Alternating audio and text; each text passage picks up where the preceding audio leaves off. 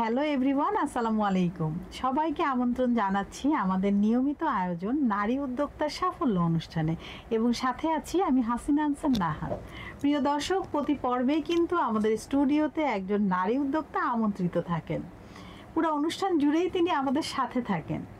তার জানা অজানা সকল তথ্য আমরা জানি, এবং তিনি কিভাবে একজন সফল নারী উদ্যোক্তা হয়ে উঠলেন সেই গল্পটাও কিন্তু আমরা তার কাছ থেকে শুনি।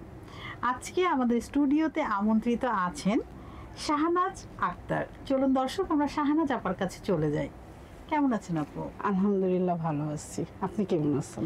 আমি খুবই ভালো আছি, মাশাআল্লাহ। আপনাকে খুবই প্রিটি লাগছে। আপনাকে অনেক সুন্দর লাগতেছে, খুব মিষ্টি একটা মেয়ে, হাসিটা খুবই চমৎকার। Thank you so much, my pleasure. তো আপু, কি নিয়ে ব্যস্ততা চলছে? আমার ব্যস্ততা আসলে আমি দুটো আইটেম নিয়ে কাজ করি। আমার উদ্যোগ হলো জান্নাত ফ্যাশন, এটা বুটিক্স আইটেম, আর একটা আছে পপিস কিচেন, এটা আমার খাবারের আইটেম। পপি কি আপনার নিকনেম? হ্যাঁ, আমার নিকনেম। আর জান্নাত ফ্যাশন এটা আমার ছোট মেয়ের নাম অনুসারে ওটাকে আমি জান্নাত ফ্যাশন নামটা রেখেছি। আর পপিস কিচেনটা আমার নিকনেম দিয়েই মানে কাজটা শুরু করা। আপনার জন্ম বেড়ে ওঠা কোথায়? আমার হোম ডিস্ট্রিক্ট কুষ্টিয়া। আমার কুষ্টিয়াতেই জন্ম, কুষ্টিয়াতেই ছেলেবেলা, কুষ্টিয়াতেই বড় হয়ে ওঠা, পড়াশোনা সবই কুষ্টিয়াতে। দর্শক, আমি নিজেও কিন্তু কুষ্টিয়ার মেয়ে। আমার দেশি বোন এসেছে আজকে। আলহামদুলিল্লাহ, আমার খুব ভালো লাগতেছে যে আমি কোনো প্রোগ্রামে এসে আমার পাশে আমি দেশি মানুষকে পেয়েছি। হ্যাঁ, আমারও খুবই ভালো লাগছে আপনাকে পেয়ে। কিউট একটা মিষ্টি মেয়েকে পেয়েছি। আমিও পেয়েছি স্বর্ণের মতো রং যার। আপনার নাম সোনালী হওয়া উচিত ছিল। না, আসলে সেই গায়ের রংটা এখন আর নাই। আরো ব্রাইট ছিল। গায়ের রংটা নষ্ট হয়ে গেছে। দুলা ভাই কি এই গায়ের রং দেখে আপনাকে প্রপোজ করেছিল এরকম কিছু? আসলে আমাকে দেখেই প্রপোজ করেছিল। এটা কত সাল আগের কথা? 2 যুগ হয়ে যাচ্ছে। তাই না? মানে প্রপোজালটা ওনার থেকে আসে? হ্যাঁ, ওনার থেকে আসে। পারিবারিকভাবে। আচ্ছা, প্রথম কথাটা দুলা ভাইয়ের কি ছিল? সে আমাকে খুবই পছন্দ করতো, খুবই ভালো লাগতো। মানে আমি খুব চঞ্চল প্রকৃতির ছিলাম। আচ্ছা আচ্ছা। আমার সেই চঞ্চলতা তার ভালো লাগতো, পছন্দ ছিল। মানে যেটা বলে, আমি কুষ্টিয়া শহরের মেয়ে, মাটি কাদা নিয়ে কখনো বড় হই নাই, কিন্তু খুব চঞ্চল ছিলাম। যেটাকে বলে ডানপিটে। ও আচ্ছা, আপু ডানপিটে ছিলেন। ডানপিটে আপুকেই দুলাভাই পছন্দ। দুলাভাই কি শান্ত? খুবই শান্ত, খুবই শান্ত, এবং কথা বলে খুব সফটলি। আচ্ছা, তাহলে তো ভালোবাসার কথা কে আগে জানালো, আপনি না দুলাভাই? সে আগে জানিয়েছে, তখন তো আমি অনেক ছোট ছিলাম। ও আচ্ছা আচ্ছা। এখনকার মতন বুদ্ধি তো তখন ছিল না। বুদ্ধি থাকলে কি এখন দুলাভাইকে না করে দিতেন? না করতাম না, হয়তো প্রকাশ ভঙ্গিটা আরো অন্যরকম চেঞ্জ হতো। আচ্ছা, প্রথম ফুল কবে দিয়েছিল দুলাভাই? প্রথম ফুল যদি বলা কতদিন পর দিয়েছিল? খুব বেশি দিন পরে হবে না, মানে ওই সবকিছু একটু তাড়াহুড়া করেছে। হ্যাঁ, খুব বেশি দিন না, মেবি 1-2 সপ্তাহের মধ্যেই পেয়েছিলাম। আচ্ছা, বাহ। এটা কি গোলাপি ছিল? গোলাপ, লাল গোলাপ। ও, দেখছেন, প্রপোজের ক্ষেত্রে কিন্তু ছেলেরা লাল গোলাপটাই বেছে নেয়।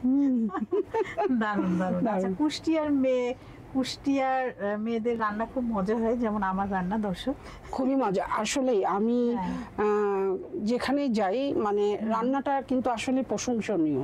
যে অনেক এরিয়ার খাবার কিন্তু খাওয়া যায় না, বাট আমাদের কুষ্টিয়া, যশোর, মানে এটা কিন্তু সব ডিস্ট্রিক্টের মানুষ আমি মনে করি খুব পছন্দ করে এবং খায়। কেন যেন বলে যে কুষ্টিয়ার মেয়েদের হাতে জাদু আছে। হ্যাঁ, এটা আমিও শুনেছি, অনেক পত্রিকাতেও কিন্তু লেখা দেখি। হ্যাঁ, কুষ্টিয়ার রান্না মানে ওই যে বলে না, হাত মাখা একটা ছোট মাছের চচ্চড়ি, এটা যে আসলে কি অসম্ভব সুন্দর, বা মানে মুখে লেগে থাকার মতন। আচ্ছা, কুষ্টিয়ার ঐতিহ্যবাহী খাবার নিয়ে একটু বলুন। কুষ্টিয়ার ঐতিহ্যবাহী যদি খাবার বলা যায়, ওই যে তিলে খাজা। এই যে কামড় দিলে একটা মচমচে একটা আওয়াজ, তিলের খাজা ছাড়া চলতো না। আসলে এটা কি মজা। আমি এখন পর্যন্ত যদি বাড়ির থেকে ঢাকাতে আসি, আমার প্রতিবেশীরা বলে, আমার ফ্রেন্ড সার্কেলরা বলে, কি ব্যাপার তুই বাড়িতে গেলি তিলে খাজা আনলি না? মানে এটা না আমার খুব ভালো লাগে। এটা আমাদের ক্ষেত্রেও হয়। এবং ওই যে হচ্ছে কুলফি মানে আমরা গেলে, মানে বিশেষ করে আমার শ্বশুর বাড়িতে যদি যাওয়া হয় একসাথে সবাই, আমার বড় নন্দাই কুলফি মামাকে ডাকবে। কুলফি মামা, ভাইয়া কি করবে, পুরা হয়তো আমরা ছাদে সবাই বসে আছি বা বাড়ির সামনে সবাই বসবো, যে যতগুলা পারো ওই যে কলার পাতাতে কেটে কেটে দিবে, এটা আসলেই অনেক মজা, অনেক মজা, অথেন্টিক। এবং আমি মনে করব যারা কুষ্টিয়ার কুলফি খায় নাই তারা মানে অনেক বড় একটা মিস। যত আইসক্রিমই খাক, যত আইসক্রিম, আমাদের কুষ্টিয়ার কুলফির উপরে আসলে কিছু নাই। এবং এই রেসিপিটা কিন্তু কেউ জানেও না, কেউ জানে না। না, আমরা যতই চেষ্টা করি ওইটার মতো হবে না, আসে না। অনেকেই কিন্তু এই অনেক উদ্যোক্তা কিন্তু এই কুলফিটা নিয়ে কাজ করতেছে। আমি বিভিন্ন ফেয়ারে দেখি, আমার না খুব ভালো লাগে, দেখি লেখা থাকে কুষ্টিয়ার কুলফি মালাই। তখন আমি যে আলাপ করি, মামা তোমার বাড়ি কুষ্টিয়া কোথায়? আবার ওই যে মাইকিং করে অলি গলিতে কিন্তু কুষ্টিয়ার নামে সেলও করে, এটা আমি খুব এনজয় করি, ভালো লাগে। হ্যাঁ, খুব ভালো লাগে। তারপরে কুষ্টিয়ার প্যারাও কিন্তু কুষ্টিয়ার যে যদি বলি শিল্পী হোটেলের প্যারাটা, তাই না? শিল্পী হোটেলের প্যারা, অশোকের ঘি, অশোকের ঘি। দর্শক, আপনারা কুষ্টিয়ায় গেলে আপু যে নামগুলো বলছেন এই জিনিসগুলোর স্বাদ অবশ্যই নেবেন। হ্যাঁ, অবশ্যই নিতে হবে। আরেকটা আছে যেটা আমাদের মানে যে মাসকালের ডালের বড়ি, এটা যে আসলে অসম্ভব, মানে এত টেস্টি আর হেলদি, তো অনেক হেলদি, অনেক হেলদি। আমি মনে করি যে রান্না করতে জানবে, যেটা আমরা নরমালি যদি আলু বেগুন বড়ি দিয়ে যদি ওই যে রুই মাছের ঝোল, মানে এটা আমি মনে করব যে এক প্লেট না, কোনো কাজে না, এটা মুখে লেগে থাকার মতন যদি অথেন্টিক ভাবে বানানো যায়। আমরা তো আসলে জেনারেশন ভিত্তিক জেনারেশন আসলে হারিয়ে যাচ্ছে, চেঞ্জ হয়ে যাচ্ছে। আসল রেসিপি কিন্তু এখন নাই। মানে আগে না দেখতাম মা নানিরা যখন রান্না করতো ওটা ভেঙে যেত, ইয়ে হয়ে যেত, কিন্তু আসলে ওই প্রপার যে স্বাদটা সেটা মানে চেঞ্জ হয়ে যাচ্ছে। রেসিপিগুলো আসলে সংগ্রহে রাখা উচিত। আমাদেরই আসলে কুষ্টিয়া সন্তান হিসাবে আমি মনে করি আমাদের দায়িত্ব নেওয়া উচিত। অবশ্যই, এটা আপনি বলেন, আমি বলি, হ্যাঁ, এগুলা মানে প্রেজেন্ট করা উচিত। এই জায়গা থেকে কিন্তু আপা, দর্শক, আমি কিন্তু বাংলাদেশের ঐতিহ্যবাহী রান্না 100 রেসিপি নামে বই সম্পাদনা করেছি। আমার এবার 6ষ্ঠ খণ্ড বইটা রিলিজ হয়েছে, প্রকাশনা উৎসব করলাম। আমি কিন্তু 64টা জেলা নিয়ে কাজ করছি। বিভিন্ন বিভাগের যে রন্ধনশিল্পীরা আছেন তাদের কাছ থেকে আমি কালেক্ট করছি অথেন্টিক সব রেসিপি, সেটা বই আকারে রাখার চেষ্টা করছি এবং 10 খণ্ড পর্যন্ত নিব, যেন আমাদের দেশের কোনো রেসিপি বাদ না যায়, আমাদের যে ভবিষ্যৎ প্রজন্ম তারা যেন এই রেসিপির স্বাদ নিতে পারে। খুবই সুন্দর উদ্যোগ, খুবই সুন্দর উদ্যোগ। মানে এটা বই আকারে থাকলে এটা হারিয়ে যাবে না। এটা ম্যাগাজিন কিন্তু 5 বছরের বেশি সংগ্রহে রাখা যায় না, একটা বই যুগ যুগ থেকে যাবে। আমি এটাকে মানে আপনার এই উদ্যোগটা নেওয়া, মানে আমি অনেক খুশি হলাম যে আমার কুষ্টিয়ার ঐতিহ্যবাহী কিছু খাবার থাকবে, মানুষ জানবে। এবং এখন কিন্তু অনেক খাবারের জায়গায় আমি দেখেছি যে কুষ্টিয়ার খাবারটাকে প্রেজেন্ট করে, প্রেজেন্ট করে। আগে মানুষ এত চিনতো না, জানতো না। হ্যাঁ, মানুষ এখন আপডেট হচ্ছে এবং মানুষ জানতেছে, এবং মানুষ এখন কিন্তু ভোজন রসিক, অনেক হেলদি বা ভোজন রসিক বলবো এই জন্যই মানুষ কিন্তু খেতে পছন্দ করে। আর আমার কাছে খুবই ভালো লাগে যে আমার দেশীয় খাবারগুলি, এবং আমি যদি বলি এটা কুষ্টিয়ার, মানে এই যে রান্নাটা খুবই প্রশংসা। ওরা না একটু আগ্রহ নিয়ে দেখে, টেস্ট করে এবং জিজ্ঞাসা করে। আমি মানে আমার পথ শুরু কিন্তু যদি বলি উদ্যোক্তার পিছনে, কিন্তু গল্পটা একটু জানতে চাচ্ছি, আমাদের দর্শকের উদ্দেশ্যে বলুন। আমার পথ শুরু হয়েছিল কিন্তু এই খাবার নিয়ে। আমার উদ্যোক্তা বেড়ে ওঠাটাই হলো খাবার নিয়ে। আমি কিন্তু কোথাও মানে আছে না যে কোর্স নিয়ে শেখা, এটা না। আমার এই ঘরোয়া ভাবেই মা শাশুড়ি এইভাবেই শেখা, মানে একদম পারিবারিক ভাবে শেখা, যেটা বলে যে আমার মায়েরা ছিল অনেক বড় ফ্যামিলি, বাবারাও ছিল অনেক বড় ফ্যামিলি, এবং আমার বিয়ের পরেও আমি দেখেছি আমার শাশুড়িকেও এরকম। তে আসলে এই ঘরোয়া ভাবেই শেখা, এবং এটাকেই আমি কাজে লাগালাম। এটাকে আমি কাজে লাগালাম। আমি যখন মানে আমার কিন্তু একটা ক্যান্টিন ছিল মণিপুর স্কুলের পাশে, কসমোপলিটেকনিক্যাল স্কুলে। এই ক্যান্টিনটা আমার নষ্ট হয় আসলে ওই যে করোনাকালীন আমাদের কিন্তু উদ্যোক্তাদের একটা ভালো একটা আপ ডাউন চলে গেছে। আজকে হয়তো এই করোনার প্রভাবটা না পড়লে আমার পজিশনটা আমি আরো সুন্দরভাবে তৈরি করতে পারতাম। ইনশাল্লাহ করব, ইচ্ছা আছে। না, আমি লেগে আছি। করোনা আমাকে হারাতে পারে নাই।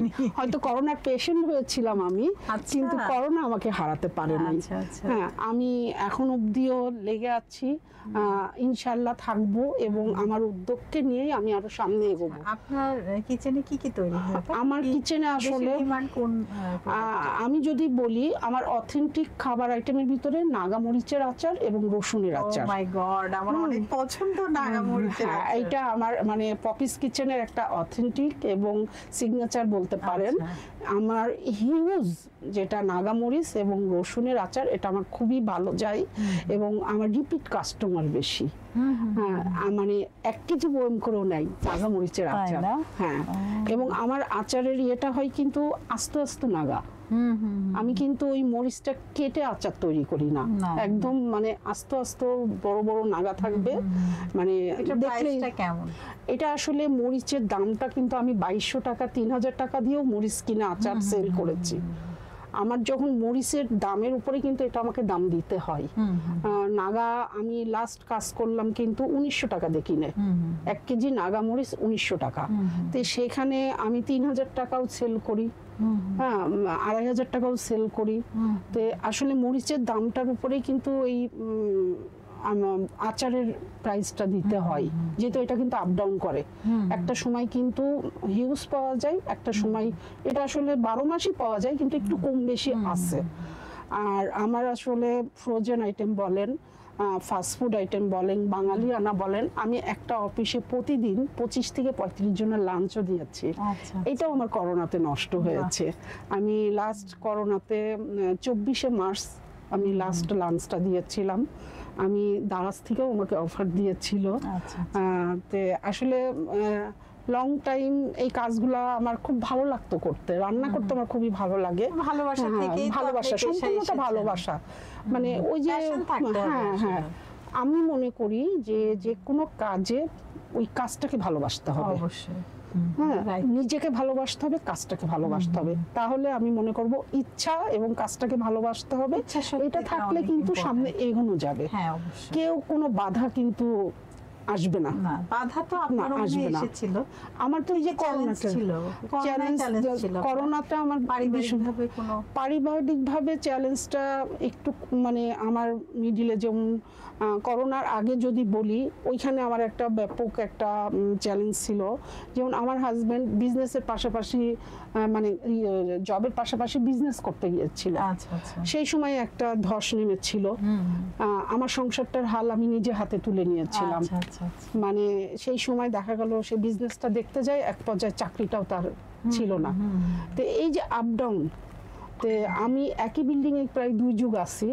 তো সবাই আমাকে মানে বলতো যে আমাদের এই বিল্ডিংটাতে যদি একজন লেডি থাকে তাহলে শাহনাজ। হ্যাঁ, যে আমার এই শ্রম দেখে, আমার এই হার্ড ওয়ার্ক দেখে তারা খুবই আমাকে মানে হ্যাঁ খুবই খুবই, এবং আমি কখনো মানে কাজ হাতে মানে আমি হারবো না, আমাকে এখান থেকে এগিয়ে যেতে হবে এবং আমার কাজটাকে সফলভাবে করতে হবে। মানে আমার ভিতরে এই জিনিসটা কাজ করে, মনোভাব আছে বলে কিন্তু এখনো আপনি টিকে আছেন। হ্যাঁ, আমি আমাকে বললাম না যে আমার ক্যান্টিনটা খুবই সুন্দর ছিল, মানে আমি ওটাকে অনেক মিস করি। জায়গাটা মানে ওই যে বাচ্চাদেরকে নিয়ে কাজ করতাম, জায়গাটা আমি অনেক মিস করি। তো ইচ্ছা আছে, হ্যাঁ অনুভূতির জায়গা। মানে আমার এই যে খাবারগুলি বাচ্চারা কিভাবে পছন্দ করতো, মানে বাচ্চারা ক্লাসে ঢোকার আগে তার রোল আর টাকা দিয়ে যেত যে আন্টি আমি ক্লাস 3-র বাচ্চা, এত রোল, এই খাবারটা তো শেষ হয়ে যাবে, এটা আমার জন্য বক্সিং করে রেখে দেবে। মানে এই যে বাচ্চাদের ভালোবাসা, এটা আমাকে খুবই খুবই খুবই মিস করি আমি বাচ্চাদের। এটা আপনার কোন আইটেমটার বেশি অর্ডার আসে? আমার আসলে আমার খাবার আইটেম যদি বলেন, আমার কিন্তু খাবার আইটেম বাংলাদেশ বেতারেও যায় মাঝে মধ্যে লাঞ্চ বক্স হিসাবে, কিছু ব্যাংকিং যায়, বসুন্ধরা কিছু কর্পোরেট অফিসগুলোতে যায়। আমার আচার বাংলাদেশের বাইরেও গিয়েছে, বাংলাদেশের বিভিন্ন জায়গায় গিয়েছে। যদি বলেন আমার হোম ডিস্ট্রিক্ট কুষ্টিয়াতে তো গেছেই, তারপরে যশোর, খুলনা, এদিকে বরিশাল, অনেক জায়গায়। হ্যাঁ, আন্তর্জাতিকভাবে ওইভাবে বিজনেস পারপাসে এখনো শুরু করতে পারি নাই, যদি হয় আমি করব। তে আমার এই খাবার আইটেমগুলো নিয়ে যে কোনো একটা কোম্পানি আমার সাথে একটু ডিলও করতে চেয়েছিল যে কিচেনটা আমি সামলাবো, আমি তৈরি করব, তারা তাদের নামে ব্র্যান্ড তৈরি করবে। তো এইখানেও আমি আসলে একবার মত দিতে চেয়েছি, একবার দিই নাই। আমি মনে করি আমার ব্র্যান্ড আমি নিজে। হ্যাঁ অবশ্যই। হ্যাঁ, আমি ওইখানে মানে একবার করতে যেও আমি করি নাই, যে এটা আমি যেহেতু হাল সারি নাই, আমি নিজেই কিছু করব, নিজেই কিছু করব। তো দর্শক, এই যে মজাদার মজাদার আচারের স্বাদ এবং খাবারের স্বাদ, টিফিনের স্বাদ যদি নিতে চান তাহলে অবশ্যই আপনারা শাহনাজ আপুর পেজ, আপনার নামটা আবার বলে দিন। আমি Shahnaz Akter, Poppy's kitchen. Poppy's কিচেনে আপনারা অর্ডার করতে পারেন। আপুর শপটা সকাল 10টা থেকে রাত 12টা পর্যন্ত খোলা থাকে। আপুকে ইনবক্স করতে পারেন, আপুর মোবাইল নাম্বার সেখানে দেয়া আছে, সেখানে আপুকে কলও করতে পারেন এবং আপনারা অর্ডার করতে পারেন। আপুর ডেলিভারি ম্যান আছে, যথাসময়ে পৌঁছায় দেবে। শুধুমাত্র যদি ম্যাক্সিমাম অর্ডার হয় তাহলে 2-3 দিন আগে। 2-3 দিন। আমি যেমন বিয়ের গায়ে হলুদের ডালার কাজ করি, ঘরোয়া যে কোনো প্রোগ্রামের কাজও করি, যে ঘরোয়া ভাবে আমি 100-200 জনের রান্না পারি। এগুলো কতদিন আগে অর্ডার দিতে হবে? এগুলি একটু আমাকে না, দেখা গেল যদি 50 জন 100 জনের একটা অর্ডার থাকে, আমাকে একটু 2-4 দিন আগে বললে না আমার মানে খুব সুন্দরভাবে দিতে পারি। মানে আমি সম্পূর্ণটা নিজে হাতে করি। আমি কিন্তু কোনো হেল্পিং ম্যানের সাপোর্ট নিই না। আমার নিরিবিলি নিজের মতন করে কাজ করতে আমার খুবই ভালো লাগে। দেখা যায় আমি প্রচুর ফ্রোজেন আইটেমও যাই। আমার মানে প্রচুর ফ্রোজেন আইটেম যাই, আলহামদুলিল্লাহ। এটাও আমার রিপিট কাস্টমার, যে এই মাসে আমার কিছু ফ্রোজেন নিয়েছে, তারা আবার পরবর্তী মাসে নিচ্ছে। বাচ্চার বিকালের নাস্তা বা গেস্টের জন্য। হ্যাঁ, এইভাবেও মানে আমার যাই। রিপিট কাস্টমারগুলি আমার রিলেটিভ, আমার রিপিট কাস্টমার, এগুলি আমার খুব ভালো লাগে। আমি এনজয় করি কাজটাকে। আপনার এই অনুপ্রেরণার জায়গাটা কোথায়? কে এত অনুপ্রেরণা দেয় যে এত উৎসাহ নিয়ে করেন সবকিছু? অনুপ্রেরণাটা প্রথমটা মনে হয় আমার নিজের ভিতরেই ছিল। আচ্ছা, নিজে আমি সবসময় আমার নিজের গাইডটা নিজেই করি। আর পাশাপাশি আমার 2টা পরিবার আছে, আমার হাজবেন্ড আছে, আর আমার 2টা রাজকন্যা আছে। বাহ। আমার 2টা রাজকন্যা এখন আমাকে প্রচুর সাপোর্ট দেয়। আচ্ছা আচ্ছা, প্রচুর সাপোর্ট দেয়। ওরাও কি এই রান্নার সাথে যুক্ত হতে চায়? রান্নার সাথে আমার ছোট মেয়েটার খুবই রান্নার আগ্রহ। আমি একটা বিষয় শেয়ার করি। আসলে আমার লাইফে একটু উথান পাথান গিয়েছে। যখন ক্যান্টিন থেকে বেরোলাম, আমার ছোট্ট একটা জান্নাত ফ্যাশনের একটা আউটলেট, আমার এটা মণিপুর স্কুলের পাশে। তে আমি ওখানে শপে বসে আছি। তে একদিন হলো বিকালবেলা আমার এই পাশেরই দোকান কলিগ, উনি এসে বলতেছে, শাহনাজ তুমি কি দোকানে আছো? বলছি জি। বলছে একটা পিঠার অর্ডার আসছে, করতে হবে। আনছি পিঠার অর্ডার, বললো যে 500 পিস পাটিসাপটা, 500 পিস ভাপা পিঠা।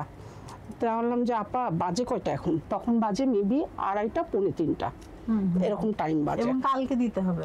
কালকে দিতে হবে বলতে ভোর 6টার মধ্যে। ও মাই গড, এটা তো অনেক বড় চ্যালেঞ্জ ছিল। হ্যাঁ, তে এইটা এটা আমার খুব ভালো লাগার একটা কাজ। মানে পিঠার মধ্যে বড় পরিসরে যে কাজটা, এটা ছিল যে আমি অর্ডারটা তাৎক্ষণিক নিয়ে আমি শাটারটা টেনে, আমার ফ্রেন্ড ছিল, ওকে বললাম তুই চলে আয়, নাহলে আমি শাটারটা টেনে দোকানটা ইয়ে করে মাথার ভিতরে ওই আস্তে আস্তে ইয়ে করতে। সেই সময় বড় মেয়েকে বললাম যে আম্মু এরকম একটা অর্ডার আসছে, আমি কি নিব? তখন আমার বড় মেয়ে কিছুক্ষণ চুপ করে থেকে বললো, আম্মু নিয়ে নাও অর্ডারটা, আমরা আছি। মানে এই কথাটা আমার আছি, এটা কিন্তু অনেক বড় একটা সাপোর্ট। আমার হাজবেন্ড ছিল না ওই দিন বাসায়, সে অফিসের কাজে বাইরে ছিল। হ্যাঁ, ওই নাইটে বাসায় ছিল না। তখন আমি আস্তে আস্তে বাজার করতে করতে আসি। আমার আসলে ওই অভিজ্ঞতা নাই যে আমি কয় কেজি চাল কিনবো এই 500 পিঠা তৈরি করার জন্য, ভাপা পিঠা তৈরি করার জন্য। ওই হিসাব করতে করতে চাল কিনলাম, নারকেল কিনলাম, গুড় কিনলাম, বাসায় আসলাম, নিজে হাতে সেই চাল ভাঙাইলাম। আমার 2টা বাচ্চা আমাকে প্রচুর হেল্প করলো। আলহামদুলিল্লাহ আমি সেই কাজে সাকসেস হলাম। আলহামদুলিল্লাহ। মানে এইটা আমার খুবই ভালো লাগে যে ও বানালো 500 পিস পাটিসাপটা পিঠা, আমার ওই কলিগটা, আমি বানাইলাম ভাপা পিঠা। হ্যাঁ, এইটা ঢাকা শহরে 3টা মেডিকেলে সকালবেলা নাস্তা হিসাবে গিয়েছে। মানে এইটা আমার খুবই ভালো লাগছে। এবং ওই সারাটা রাত আমরা 3 মা বেটি ঘুমাই নাই। খুবই ভালো না, খুবই ভালো লাগে। আমার দুইটা বাচ্চা আমাকে যে সাপোর্ট দিয়েছে, এবং সকালবেলা আমার বাসায় কেউ ঢুকে বুঝতেই পারে না যে আমি সারা রাত এত বড় একটা কাজ করেছি। মানে এত নিট অ্যান্ড ক্লিন একদম নিট অ্যান্ড ক্লিন। আমার বড় ছোট বাচ্চা গুড়গুলা ভেঙে দিয়েছে, বড় বাচ্চা চালটা চেলে দিয়েছে। আর আমি ওই যে মশারির যে কাপড়গুলি আছে না, বড় পাতিলে ওই কাপড়গুলা বেঁধে নিয়েছিলাম। আমার একটা ওইটা শর্ট ভিডিও আছে আমার পেজে, ওইটার মধ্যে আমি 15-20টা করে পিঠা দিয়েছিলাম। পাপা আপনি হচ্ছে তো বুটিক নিয়েও কাজ করছেন, তো এখানে কি কি আছে? আমার আসলে জান্নাত ফ্যাশনে শাড়ি থেকে শুরু করে 1 পিস, 2 পিস, 3 পিস, দেশি, ইন্ডিয়ান, আসলে সব ক্যাটাগরিরই আছে। এখানেও আমার প্রচুর রিপিট কাস্টমার। আমি প্রচুর ফেয়ার করি। আমি ঢাকাতে বড় বড় ফেয়ারগুলি করি, যেমন গুলশানে আলোকিতে মিররের ফেয়ার, এদিকে ধানমন্ডি হুন নুসরাত আছে, প্ল্যানিং বাই শেখ আছে, তারপর আমাদের নক্ষত্র নারী আছে। আমি প্রচুর ফেয়ার করি, এবং এই ফেয়ারেও আমার না মানে ভালো আছে রিপিট কাস্টমার, তারা আমাকে খুঁজে নাই। আর একটা ফেয়ার আমি প্রতি সপ্তাহে হলিডে একটা ফেয়ার করতাম, সেটা হলো আমাদের মিরপুর আগারগা আইসিটি রোডে। হ্যাঁ, তো ওইটা আসলে আমাদের দেশের পরিস্থিতির জন্য ওইটা এখন একটু তালমেতাল হয়ে গেছে। ওখানে যদি আমি বলি, ওখানে যখন রাস্তার 2 ধারে আমি ওই ফেয়ারে অ্যাটেন্ড করতাম, ওখানেও আমার অনেক বাধা এসেছে। মানুষ কথা বলেছে যে আমার মতন লেডি আমি কেন রাস্তায় দাঁড়িয়ে জামা কাপড় সেল করি। আসলে আমি মনে করি আমি কি সেটা আমি জানি, যেভাবে করি, আর অনেস্টলি ভালোবেসে আমি কাজটা করি। আমার 2টা পেজ আমার 2টা সন্তানের মতন। আমি যেমন আমার 2টা সন্তানকে বড় করেছি, আমি আমার এই পেজ 2টাও নিয়েও আমি সামনে এভাবে এগিয়ে যেতে চাই। আর আমার 2টা পরিবার আমাকে প্রচুর সাপোর্ট দেয়, আর আমার 2টা রাজকন্যা আমাকে সাপোর্ট দেয়। আমার হাজবেন্ড অসম্ভব ভালো একজন মানুষ। আমার আসলে পারিবারিক ভাবে কোনো বাধা নাই। সফল হতে পেরেছি। আসলে সবার দোয়া থাকলে আরো সামনে এগিয়ে যাব। অবশ্যই আপনারা সবাই আপুকে সাপোর্ট করবেন। আপু, আমরা কিন্তু কথা বলতে বলতে একদম অনুষ্ঠানের শেষ দিকে চলে এসেছি। আপনার কেমন লাগে? আমার অসম্ভব ভালো লেগেছে যে আমি একজন কুষ্টিয়ার মেয়ে হিসাবে এক কুষ্টিয়ার মিষ্টি মেয়ের পাশে বসে আমি এই প্রোগ্রামটাতে অ্যাটেন্ড করতে পেরেছি। অসংখ্য ধন্যবাদ। আপনাকে অনেক ধন্যবাদ। নতুন কোনো আয়োজনে আপনার সাথে আমাদের দেখা। অবশ্যই। দর্শক, আপনারা যারা এতক্ষণ আমাদের সাথে ছিলেন, আমাদের পাশে ছিলেন, আপনাদের সবাইকে অসংখ্য ধন্যবাদ। আপনারা চাইলেই কিন্তু আমাদের এই অনুষ্ঠানে অংশগ্রহণ করতে পারেন। সেক্ষেত্রে আমাদেরকে ইনবক্স করবেন, ইমেল অ্যাড্রেস আছে, সেই অ্যাড্রেসে আপনি আপনার নাম, পেজের নাম এবং ডিটেলস, একটি শর্ট সিভি আপনি কিন্তু দিতে পারেন। এছাড়াও আমাদের যে পোস্ট আছে সেখানের কমেন্ট বক্সেও আপনি আপনার ডিটেলসটা দিতে পারেন। আমাদের অফিস থেকে আপনাদেরকে নক দিবে। তো দর্শক, প্রতি পর্বে কিন্তু আমাদের প্রত্যাশা থাকে নারীর স্বাবলম্বিতা এবং নারীর সফলতায় নারীর জীবন ভরে উঠুক, এই কামনায় শেষ করছি। আবারও নতুন কোনো অতিথিকে নিয়ে আপনাদের সবার মাঝে আমি হাসিনা আনসার নাহার উপস্থিত হব। ততক্ষণ পর্যন্ত আপনারা সবাই ভালো থাকুন, সুস্থ থাকুন এবং আমাদের সাথে থাকুন। আল্লাহ হাফেজ।